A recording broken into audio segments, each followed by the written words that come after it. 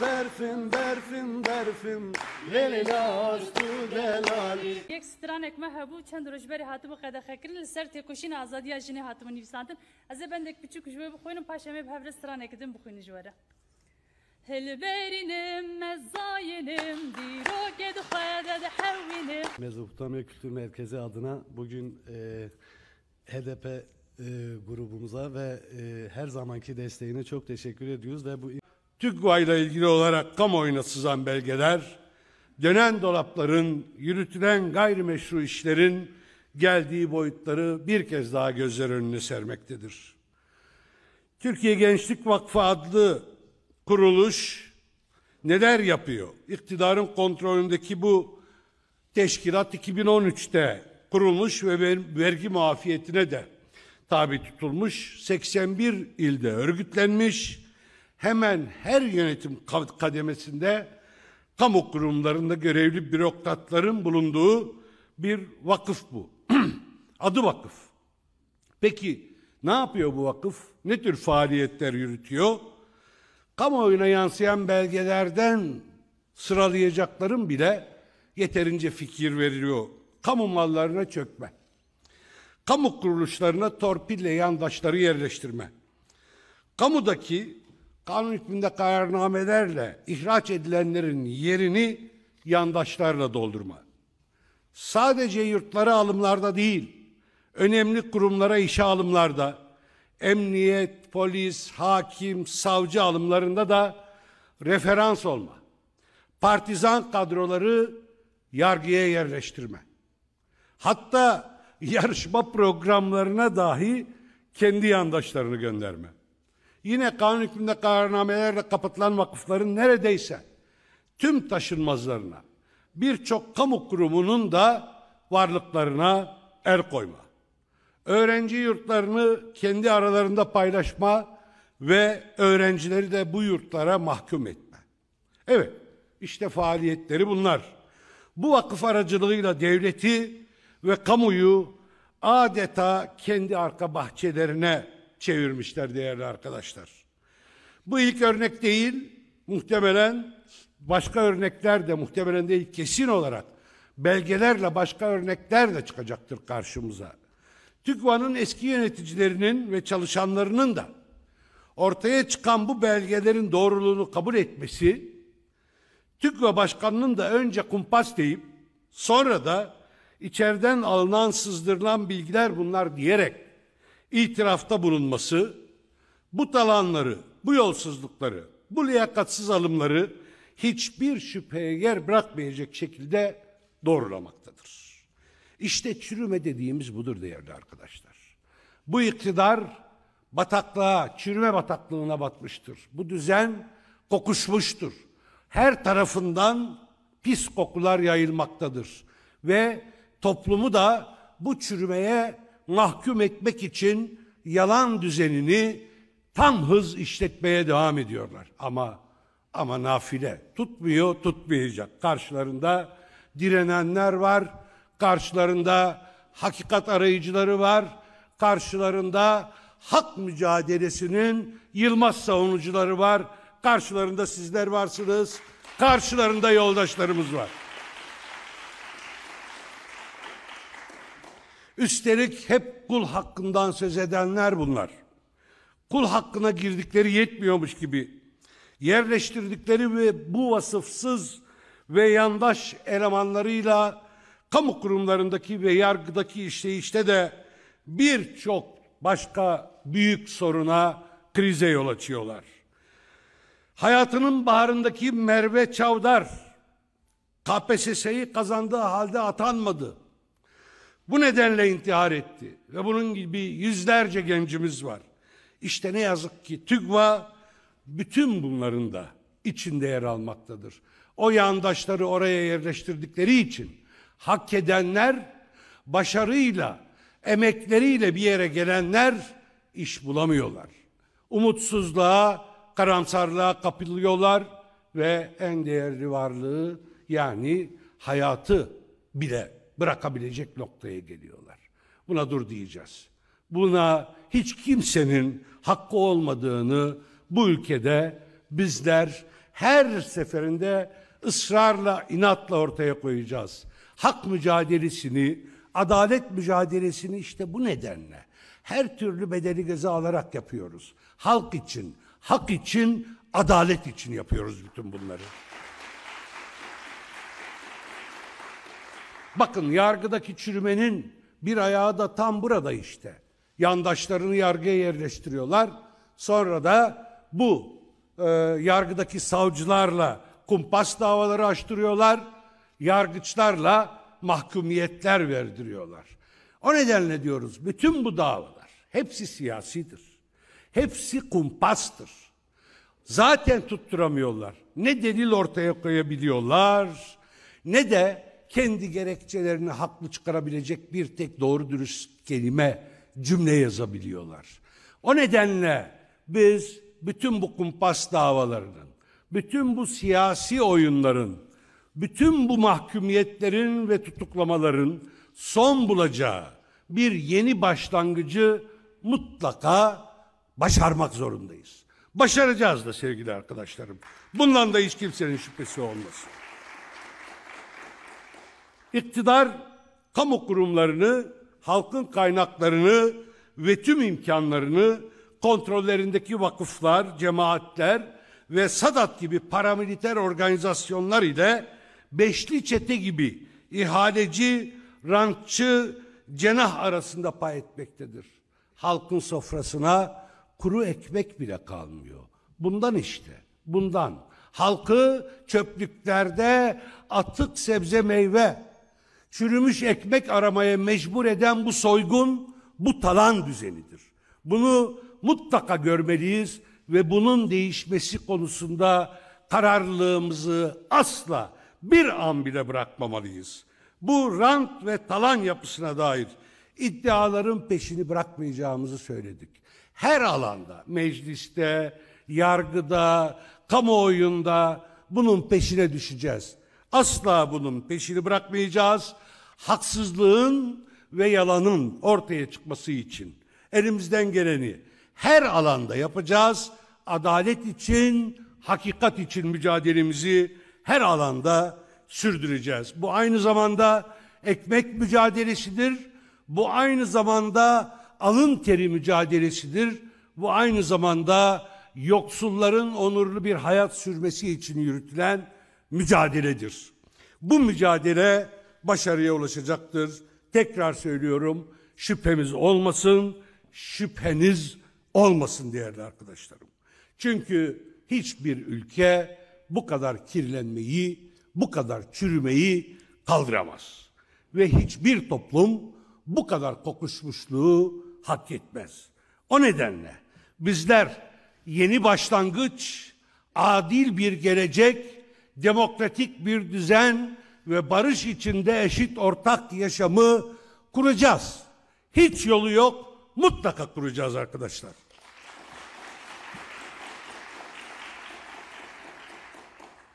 Bu talan düzeninin ekonomideki yansımalarına baktığınızda da aynı şeylerle karşılaşıyorsunuz. Bu iktidar ekonomide de benzer bir düzen kurdu. Bir başka ekonomi yarattılar. Kayıtsız kara ekonomi, rant ve hırsızlık ekonomisi bu.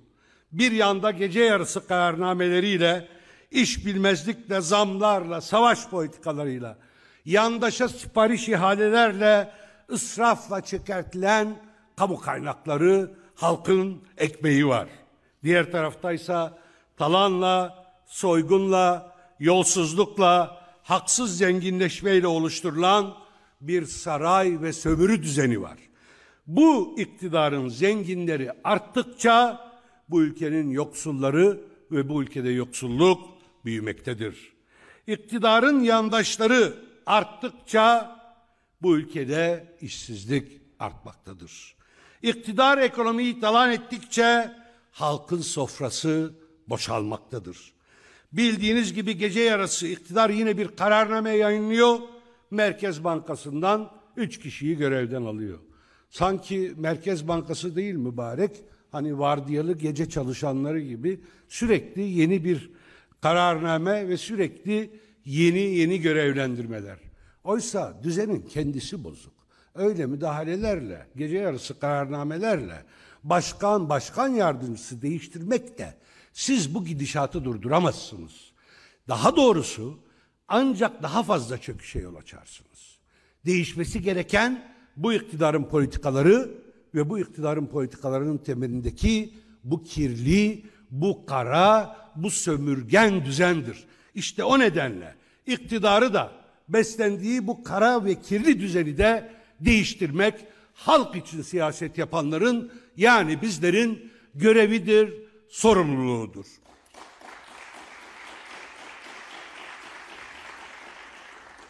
Kurlardaki değişime hiç değinmeme bile gerek yok. Her gün yeniden Türk lirasının değer kaybı yeni rekorlar kırıyor. Yeniden ve yeniden. Her yeni rekor yoksullukta biraz daha dibe inmedir. Evet, çiftçi de perişan vaziyettedir. Emekçi de açlıkla boğuşmaktadır. Devasa borçlar, üretim yok, gübre, saman, ilaç ithal. Çiftçilerin bu döviz kurlarıyla bunları temin etmesi mümkün değil değerli arkadaşlarım. Sadece çiftçiyi değil, ülkeyi bir açlığa, bir kıtlığa sürüklemektedir bu düzen ve bu politikalar. İşte o nedenle diyoruz değişmelidir. Değişmelidir çünkü bu ülkenin kaynakları bu ülkenin halklarınındır. Bu ülkenin toplumunundur. Bir avuç yandaşa, bir grup sermayeye peşkeş çekmelerine dur deme mecburiyetimiz işte tam da bundandır değerli arkadaşlarım. Burada bir gerçeğe de işaret etmek lazım. Faiz lobisi bilmem ne bütün bunlardan söz ediyorlar ama gözlerden saklamayı en iyi başardıkları ya da başardıklarını şimdiye kadar sandıkları meselelerin başında savaş politikaları geliyor. Sürekli olarak savaşa yatırım yapan, güvenlik aygıtına yatırım yapan, sürekli çatışmadan beslendiği için kendini buna mecbur hisseden bir iktidar var. Aylar ve aylardır ve yıllardır diyoruz.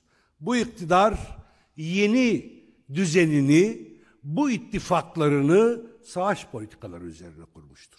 Ve ancak savaş politikaları devam ettikçe bir arada kalabilmektedirler. Savaş, nefret, düşmanlık politikaları bu iktidar ortaklarının tek harcıdır. Bunu görmeniz gerekiyor.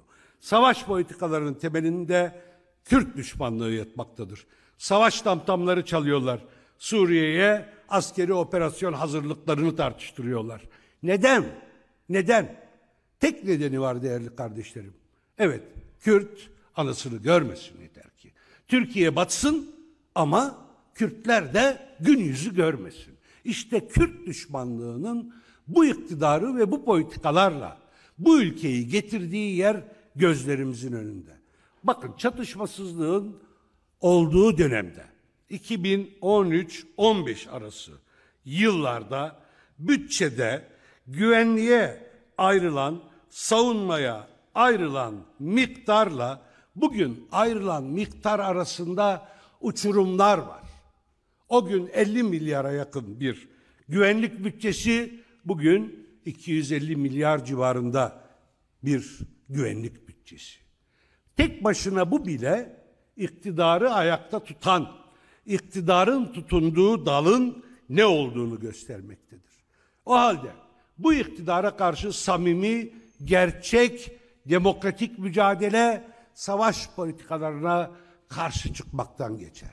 Bu politikalara itiraz etmedikçe bu iktidarın asli temeline ve ortakları arasındaki çimentoya herhangi bir şekilde gerçek muhalefet yürütmek de mümkün değildir. Biz bunları söyledikçe yerlerinden fırlıyor iktidar ortakları. Söylemeye devam edeceğiz. Siz de yerinizden fırlayacaksınız. Savaş politikalarına karşı en güçlü birlikteliği oluşturacağız. Her yerde oluşturacağız. Diyarbakır'da, Mardin'de de söyledim. Evet, önce bütün Kürt yapıları bir araya gelip savaş karşıtı bir ittifak oluştursunlar. İttifak kelimesi, evet, savaş karşıtı mücadele, savaş karşıtı birlik oluştursunlar. Halklar arasına betondan duvar ören bu iktidara karşı evet savaşa yönelik bir irade duvarı kurmak zorundayız. Bu irade duvarını Türkiye'nin bütününe, Türkiye'de büyük bir barış hareketine dönüştürdüğümüz anda hem bu iktidarın sonu gelir hem de bu iktidarı besleyen bütün bu düzen unsurlarına karşı en etkili duruşu sergilemiş oluruz. Şimdi görev hepimizdedir. Başlayalım büyük barış hareketini kurmaktan, büyük dönüşümün yolunu o zaman açtığımızı hep birlikte göreceğiz. Evet, büyük dönüşümün gelebileceği tek yol var. Büyük barış. Büyük barış için de önce savaşa karşı büyük birliktelik. İşte büyük dönüşüm, büyük barış, büyük savaş karşıtı koalisyon. Bunu başarmamız lazım, başarmak zorundayız. Bizler bunun için elimizden gelen her şeyi yapmaya her zaman olduğu gibi hazırız.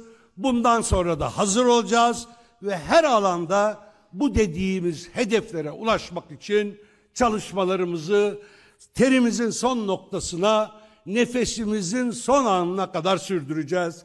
Kimse bundan en ufak bir şüphe duymasın değerli kardeşlerim.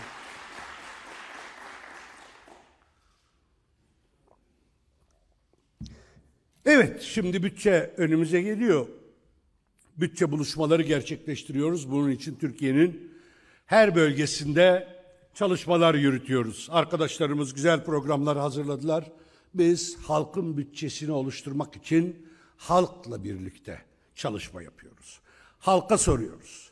Halktan her kesime danışıyoruz. Onların dertlerini dinliyoruz. Alternatif bütçemizi de halkın bütçesi olarak yine bu çalışmalarla oluşturacağız. Bu iktidarın bütçesi sömürü, talan ve savaş bütçesidir. Biz de bu ülkeye demokrasi, adalet, hakça bölüşüm ve barış bütçesi getireceğiz. Şimdiden bunun hazırlıklarını yapıyoruz.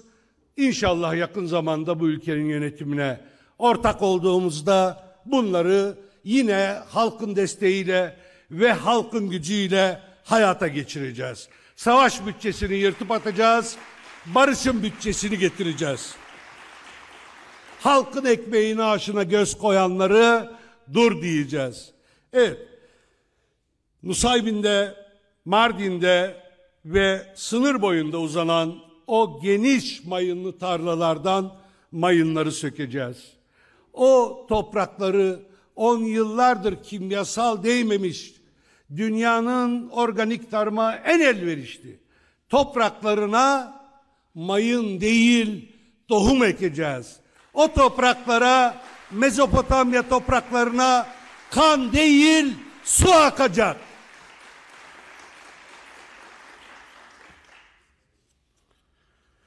Değerli dostlar, evet bu iktidar derinleşen yoksulluk, artan işsizlik, büyüyen kriz karşısında tek çareyi nefret dilinde, kutuplaştırmada, düşmanlaştırmada ve savaş politikalarında arıyor diyoruz. Ama bunun sonuna, sınırına dayandığını görmek zorundayız. Şimdi Türkiye'deki bütün demokrasi güçlerine, aslında toplumdaki bütün iyi insanlara sesleniyoruz. Siz de eğer bir tek bulunduğunuz yerde bir tek sözcükte, oturduğunuz kahvede, sohbet ettiğiniz esnafta, evdeki misafir toplantılarınızda bile bu savaş ve nefret diline itirazınızı dile getirirseniz, inanın o sesler büyüyecek ve mutlaka buluşacak.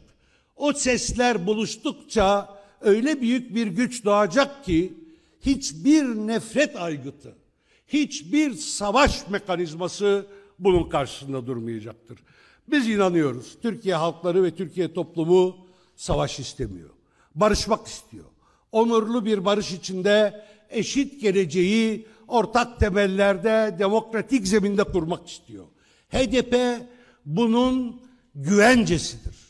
HDP nefrete ve savaşa, düşmanlaştırmaya ve her türlü kaos planına karşı demokratik kararlılıkla ve barış savunuculuğuyla en büyük güvencedir. Bunu her seferinde söylüyoruz, söylemeye devam edeceğiz. Hayata geçiriyoruz, geçirmeye devam edeceğiz. Biz gücümüzü halktan alıyoruz değerli arkadaşlarım. Ve şimdi halktan aldığımız güçle geldiğimiz yer HDP için 9. yaştır. Bir yaş daha büyüdük ama hep söylüyoruz.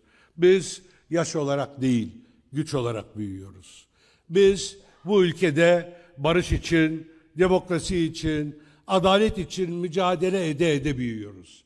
Ve belki HDP olarak yaşımız 9 oldu ama beslendiğimiz köklerin yaşı asırlara sığmıyor.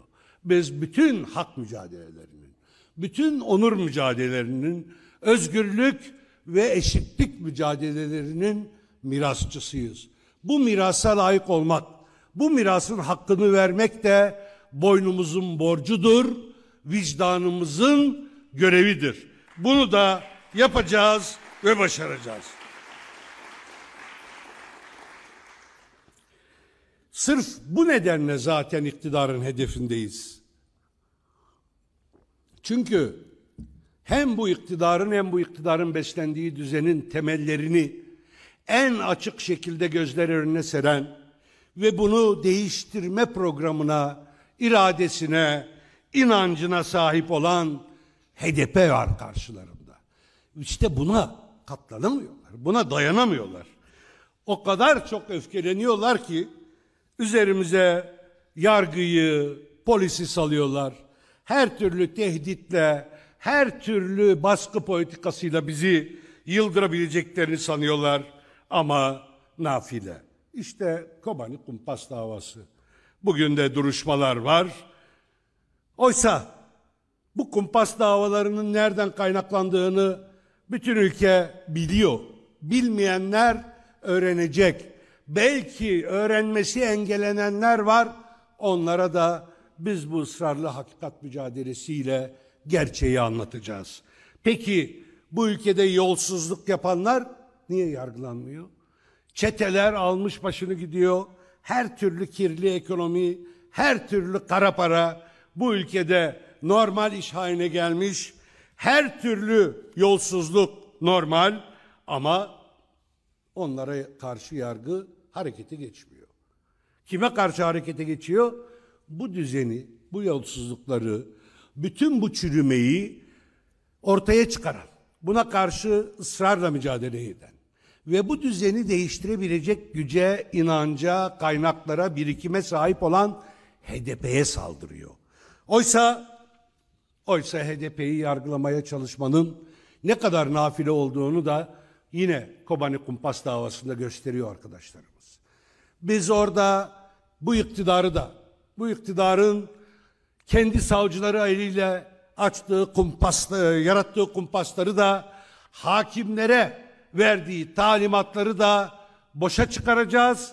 Boşa çıkarıyoruz. Mahkeme salonlarında boşa çıkaracağız. Halk meydanlarında boşa çıkaracağız. Ev ev dolaşarak, sokak sokak gezerek boşa çıkaracağız. Buradan bir kez daha ilan ediyoruz. Bilmeyenler, duymayanlar da bir kez daha duysun değerli kardeşlerim.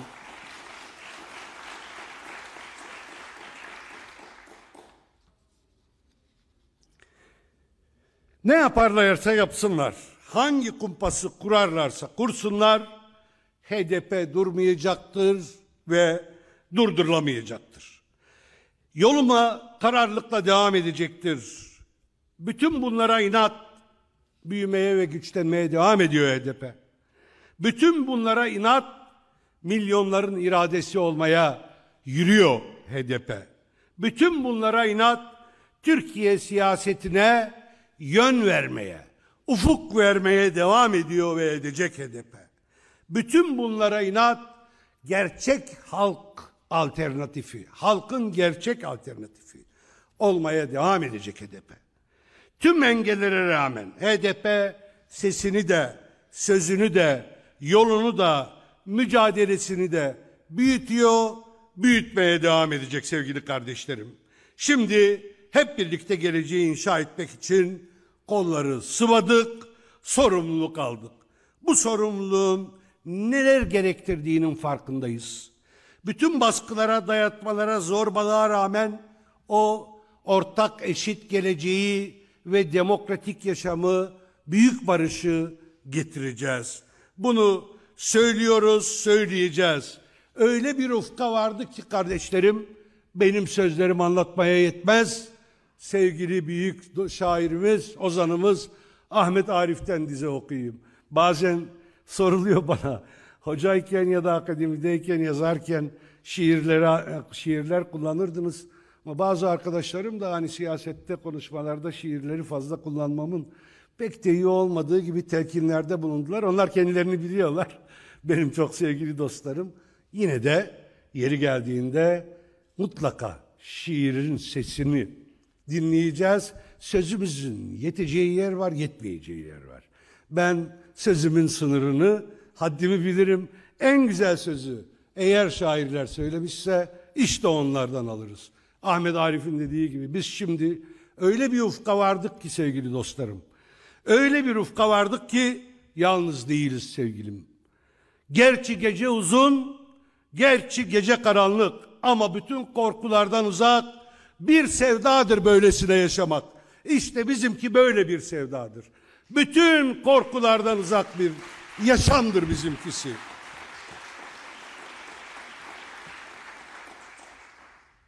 Evet, bu ülkede işçilerin haklarını sonuna kadar alacağı bir gelir adaleti meselesi de var. Cezaevlerinde rehin tutulan binlerce siyasetçinin seçilmişlerin özgürlüklerine kavuşmaları meselesi de var. Pazar poşetini dolduramayan emekçi için refah da var. İş bulma kuyruklarında saatlerce bekleyen gençlerimiz için iş de var. Kuraklıktan kırılan tarlalarına su arayan çiftçiler için destek meselesi de var. Sokakta yatan yurtsuz gençler için yurt da var. Tüm kadınlar için özgür sokaklar ve özgür yaşam, şiddete karşı barış siyaseti ve engelliler için uyumlu hale getirilen kentler de var. İşte bizim bütçemizde, programımızda var olanların, başlıkların bir kısmı bunlar. Ve elbette Kürt sorununda demokratik, barış çözüm var. Alevi canlarımız için inançlarını özgür ve eşit yaşayabilecekleri bir yurttaşlık düzeni var. Bütün inananlar ve inanmayanlar için eşit bir düzen, bütün toplumsal kimlikler için eşit bir hayat var. Bunlar için varız. Bunları da sonuna kadar savunmaya devam edeceğiz.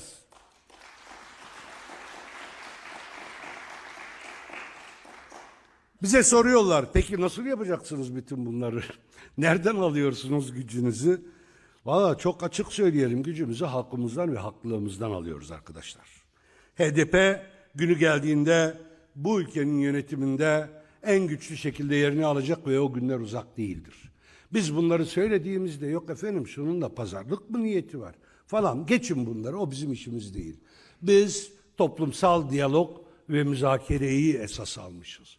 Biz topluma konuşuyoruz. Biz toplumun bütün kesimlerine seslenmeye çalışıyoruz. Çünkü gerilim ve çatışma siyaseti değil, müzakere ve mütabakat yöntemleriyle yürümek istiyoruz.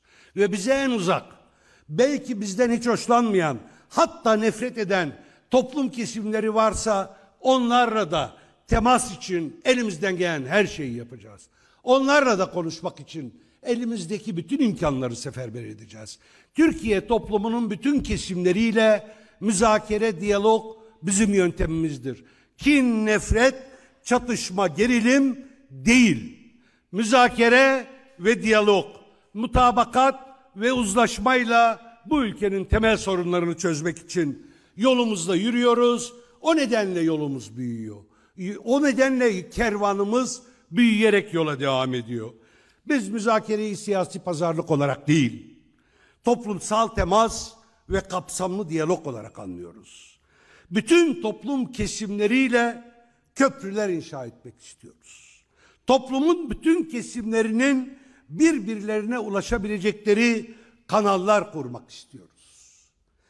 Güçlü ve devamlı köprüler kuramazsak değerli dostlar, özel dertler ve acılar bir birikim oluşturmaz ve ortak dava haline gelmez. Oysa biz bu toplumun ortak dertlerinin, daha doğrusu dertlerinin ve acılarının çok çok büyük çoğunlukla ortak olduğunu biliyoruz. İşte bunları ortak dava haline getirmek içindir bizim bu yolumuz. Bütün toplum kesimleriyle konuşma isteğimiz bundandır. Bütün toplum kesimlerine sabırla temas için her türlü yoluna devam etme kararlılığımız bundandır. Bu ülkede sürü haline getirilmiş yığınlar olmaktan çıkıp gerçek bir toplum, halk için yönetimi inşa eden güçlü bir toplumsal irade bizim en temel hedefimizdir. Ve buna da ulaşacağımıza kesinlikle inanıyorum. Çünkü bu toplumda bu arzu, bu özlem, bu istek ve bu bekleyiş var. Beklenen işte bu dildir, beklenen bu siyasettir, beklenen bu cesarettir, beklenen bu kararlılıktır, adres de HDP'dir.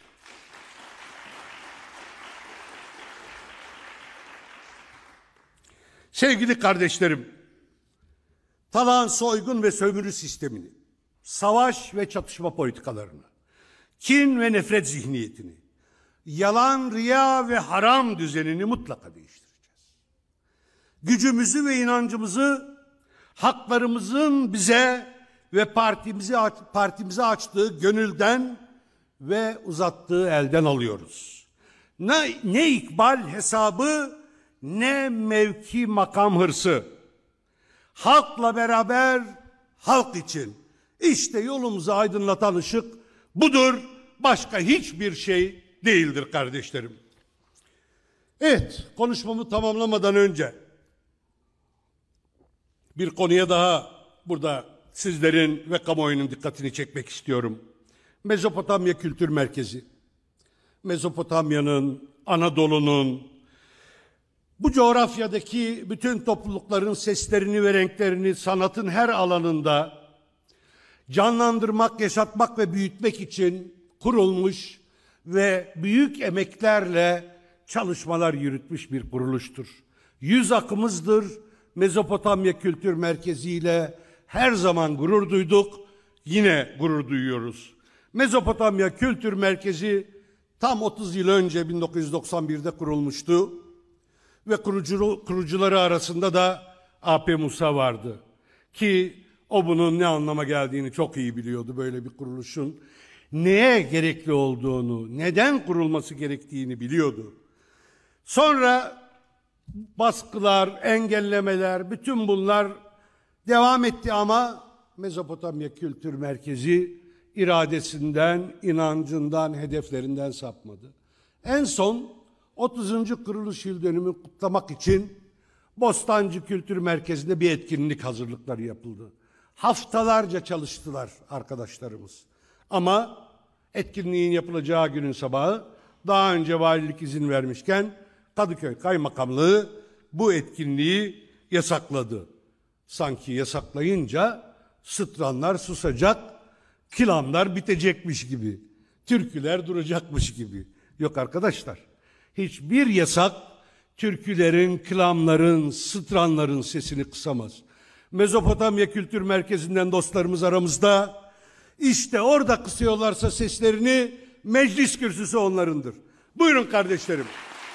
Engin Cengiz, Kadir Çat, Mervan Tan ve Devrim Demir.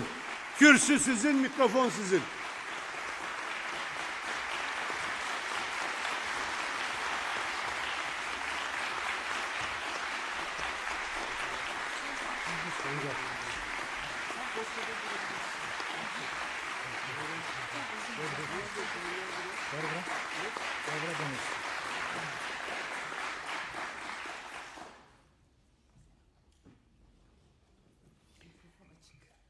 Ser navên de çandê Mezopotamyayê em hemûya slav dikin û ji ber ku îro ev derfet daneme em ji koma HDP re jî spasiyê xwe ser navê neçemeya pêşkeş dikin.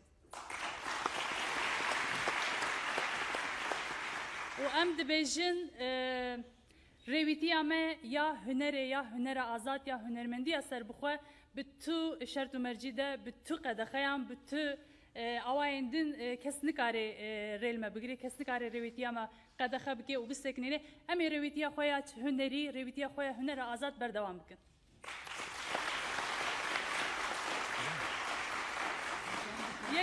ببارین یک سترانک ما هبو چند روز بری هاتو قدخه کردن لسر تکوشین آزادی جنی هاتو نیفساندن از بندک بچوک جوی بخوینم پاشمه به هفر سترانک دم بخوین جواره هل برینم مزاینم دیرو گد خواهد حوینم هل برینم مزاینم دیرو گد خواهد حوینم از زیک بزیک آزادی جنو و به ولدینم Ez derkevim, ez bikerim, ez bibejim, ez bikenim. Kesni kareli serimin, bir yar bir dejbomin. Kesni kareli serimin, bir yar bir dejbomin. Şterçiye, Tukiyi, babu birayan meri. Devleti yandoz geri, nasnakim, nasnakim, yeki jive nasnakim, nasnakim, nasnakim, yeki jive nasnakim.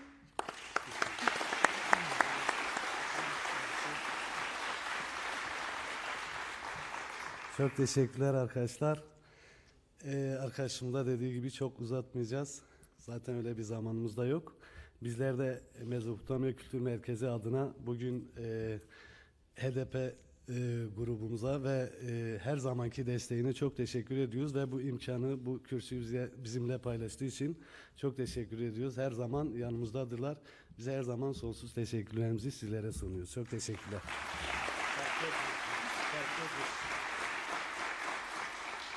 Em bevra ez berfim bejim tkazınca bevra kurdaş. Ez berfim, berfim, berfim, lelinaz, lelinaz. Ez berfim, berfim, berfim, lelinaz tu delal.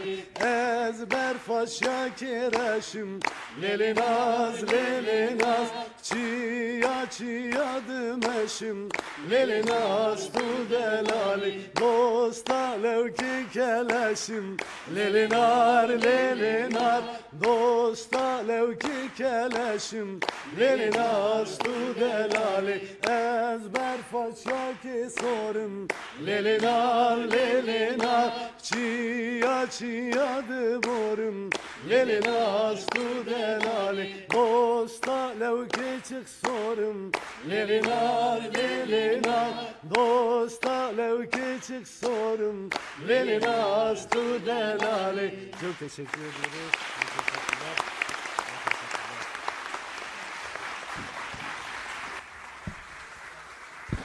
Em geleki spastikin, herhebin, herbijin grup toplantımız burada sona ermiştir. Hepinize iyi bir hafta diliyoruz. Teşekkür ediyorum. Rojbaş, Dembaş.